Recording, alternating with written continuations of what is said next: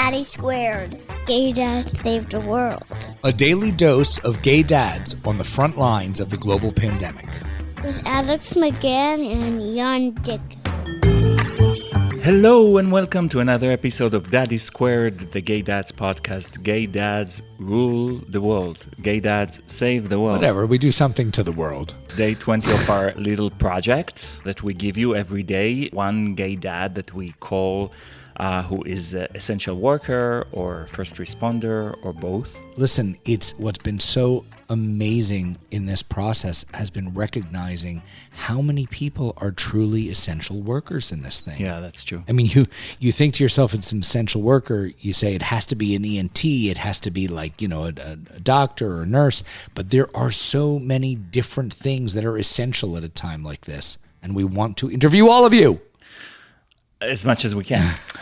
So over the weekend, we took our kids to a parking lot to ride their bicycles, and we decided to rollerblade. Yes, which is something I haven't done for like 11 years, something like that. Yeah. It was not that I'm good at it. I was never good at it, so it looks like a potato on wheels.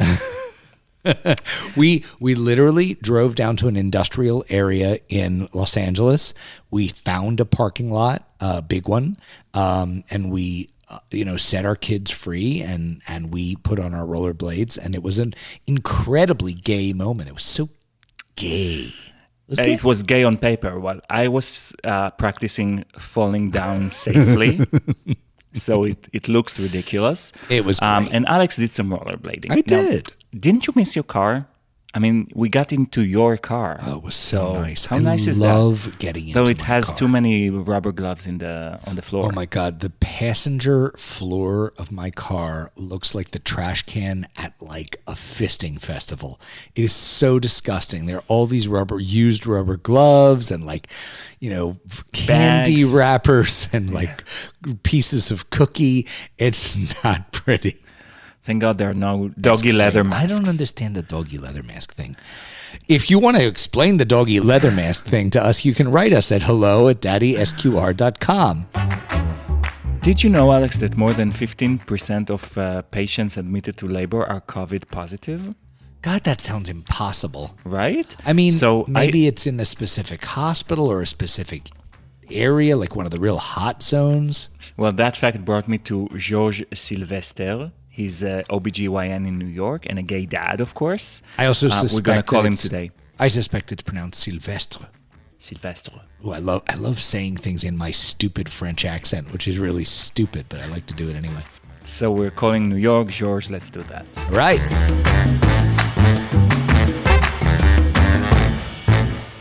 Georges, thank you for taking the time to talk to us. We understand that you're an OB-GYN. Where are you based? New York City, Cornell. In Cornell. Okay, great. Can you tell us a little bit about what your work is generally and how it's changed during this pandemic? Well, I'm an OB-GYN specialized in high-risk pregnancies. So this hit us very suddenly, like unexpectedly. New York City became the center of the epidemic, the pandemic, actually. Mm-hmm. Somewhat surprisingly, but then again, the density of people, is really a good focus for this to start. Right. Yeah. So, as it turns out, Cornell cares for a varied population from all the boroughs, from the very underserved area in Queens or Brooklyn, the Orthodox community in Brooklyn and Queens, and the Upper East Side, and so on. So I deliver a lot of patients for my group and the hospital.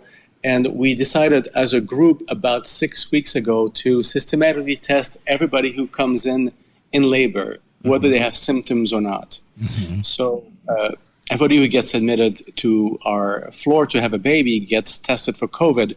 And 10 to 15% of patients came back positive. Wow. At the beginning, it was kind of hard to navigate the system because it would take us 8, 9, or even 12 hours to have the results. But now with the rapid testing that Cornell instituted, we have the results within an hour or two at the most. So that's very, very good. So how did it change my practice? You kind of lose track of things. But at this point, I think it was like 6, 7, 8 weeks ago, we started assuming that everybody that was admitted to labor and delivery was positive. So the minute you walk into the hospital, you have a mask. Right. The minute you are in contact with the patient delivering, you have a mask and an eye shield. And by the time they're ready to deliver, you usually know if they're positive or negative, or the category in between, which is a person under investigation, that they have symptoms, but we don't have the results yet, or the clinical symptoms are severe enough that you suspect they have COVID. With such a high incidence, Jan, of 10 to 15%, that's a lot of patients. Yeah. And what was surprising to us is that more than half of them had no symptoms at all. No fever, no cough, no malaise, the flu-like illness. So, that was pretty scary. So, and it's going on. Is there an option where a patient comes negative and comes out after delivery positive, like because of interactions maybe with other people, with other? No, that would be too short. What could happen is that, and it's happened in other hospitals, is that the test is not perfect, right? It depends how you swab, where you swab, if you shed enough virus. And there's still a lot that we don't understand about the antibody test or the swab, the antigen test. It's not a perfect test. It's like it's a new disease, right? Yeah. So in our sister institution, some patients tested negative at first. So that was before the era of masks, and that we use masks, like maybe 7, 8 weeks ago. And then the patient in labor still had fever, it's kind of unexplained cough or something.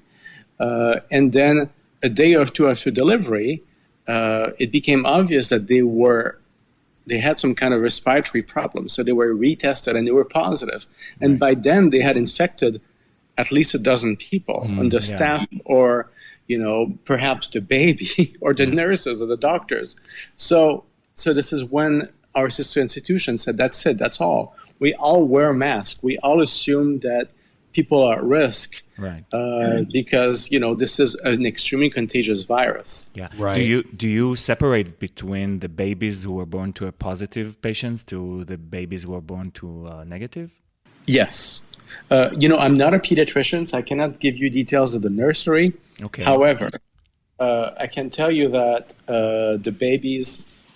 The good thing about COVID is that it's not transmitted from the pregnant mother to the baby. And that's good news. Yes. The other good news is that women that are pregnant with COVID do not get particularly sick. The flu is a different story, see. If you catch the flu, influenza, when you're pregnant, you have 3 to 5 times more chances of dying from the flu or being intubated or being very sick just because you're pregnant. Wow. Influenza, that's influenza. COVID, at least, you get the same kind of risk.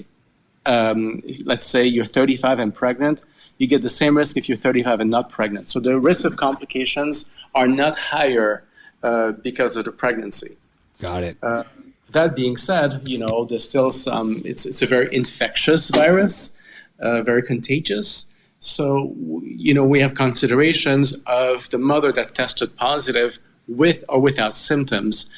She can be with her baby, and that's, it depends on your areas, because some areas, if the babies get COVID, it's not always good news. At least here, we recognize that babies that get COVID don't get very sick for the most part. And if they do, we can treat them.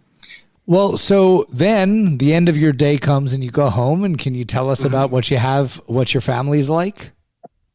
Well, like a lot of doctors in New York City, we're one of the few professions that are on the front end, so we do have to go to work. And I belong to the group of workers that have kids that are now being homeschooled. So I'm fortunate that I have a husband who can work from home. I say work in quotation marks. You don't see me, but you don't get much work done. Yeah. My kids are 7 and 10 years old. And, basically, we made a decision as a family for my husband to take the kids away because we have a weekend house somewhere else in Long Island. So they are with him in Long Island. They've been there nonstop for the last 6 weeks, and I go every weekend that I'm not working. Oh, wow. It's hard for me because I get home, with this kind of impersonal relations or like interactions with my patients or my colleagues, all with masks, all try to be as many feet away from each other as possible. And as an OB-GYN, it's difficult to stay too many feet apart for the procedures that I do. But then I get home and I have no family, and I do FaceTime with my kids. So the separation is weighing on me a little bit. I have to say it's kind of difficult. Yeah, I can imagine. I mean, it's funny, we are here with our twin 4-year-olds, and it can be exasperating to be with your kids 24 hours a day. But now I'm hearing the flip side from you, and I'm thinking about what that would be like for me. Can you share with us any of the silver linings, any of the positive experiences that you've had during this time? I think it allowed my husband, David, and me to an extent to get closer to our kids because, it's easy for us to get into the routine of dropping off the kids at 8:30 and, have the nanny pick them up at 6 o'clock every day.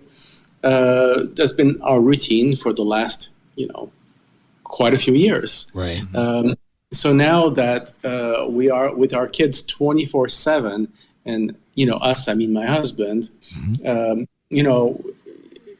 we get much closer into our children's lives than before. We have no choice but be much more astute about our kids' curriculum, because homeschooling, you don't know yet because your twins are 4, but it is a challenge. We are right at the age where our kids are not old enough to be completely independent, and they're not young enough to, you don't have to worry about your 4-year-old learning something in school. Right. But when they're, almost in 2nd grade, our kids go to bilingual schools, so the homework's in French and English, the dictations, the math, you need to look over it, to look at the homework. Every 45 minutes they have an activity, you have something to submit. And to navigate this with 2 children is difficult. I gotta say that it forced us to examine our relationship as a couple, because it's easy for me to say, well, I work and take care of patients. That's why I have to be on my own. And my husband says, well, it's easy for you to say because I take care of 2 kids all week long and you do nothing. Like, I don't do nothing. I take care of patients. I know I cannot contribute from, 90 miles away. So, but I think it forced us to really examine our relationship and just to focus on the positive. And when we're together on weekends, we try not to think about it.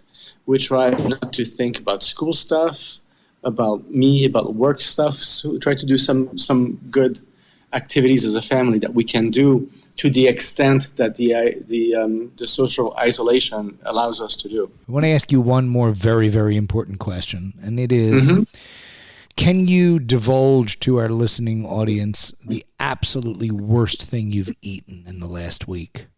Oh, gosh. Come on. You get home, and sometimes I got to confess, yes. I get home at 6:30 without my kids. I get depressed, and I'm like, oh, I'm fat now. So what difference does it make to order 2, double-size Big Macs and French fries? And yes. then you eat it, then you feel ill and guilty. And and you feel it for the following 16 hours because I'm not 20 anymore. So yeah, I think that'll do it. Yeah, two Thank double-sized you. Big Macs. George, thank you so much for joining us today. We really and appreciate If anybody it. deserves Big Macs, is you. That's right. For what I you really do. follow your blogs and I really love it, guys. Oh, thank you. Oh, so thank much. you so much. Be well, and thank you for what you're doing. Bye-bye. Reach out anytime, okay? Okay, thank you. That is clear.